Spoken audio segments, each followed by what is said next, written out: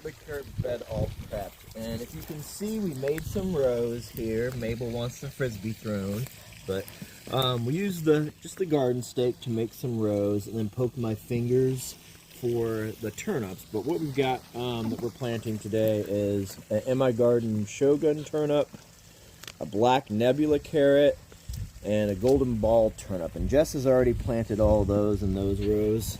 This last row here, we're going to do another of the rainbow carrot.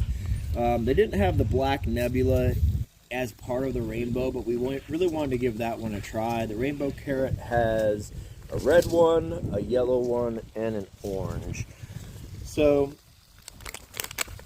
definitely with carrots, they're very small seeds, so it's going to be very hard to get just one in every single spot that you'd like to.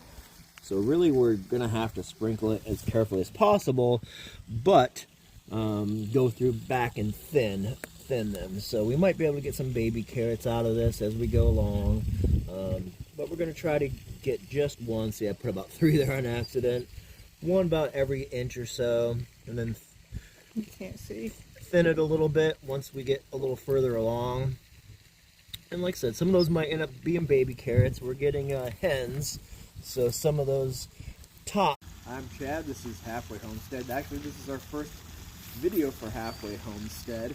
We've been here for about a year. We've got some gardens going far out on the property, but we also wanted some raised beds really close to the house that we could manage. We wanted them high. When we first filled them, we put a lot of logs and wood chips and our native clay in there, and then topped it with some garden mix and things like that. But it's settled quite a bit, so this is going to be our carrot and turnip bed that we're starting out right away.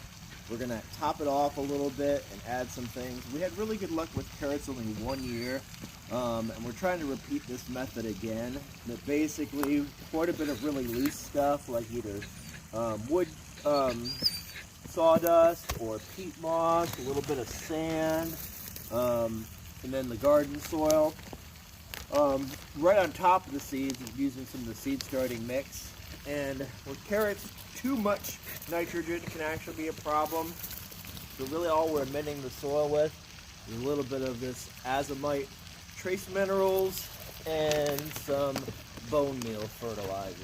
So I'm kind of repeating this process a second time to make sure I've got a good 6 inches of loose soil.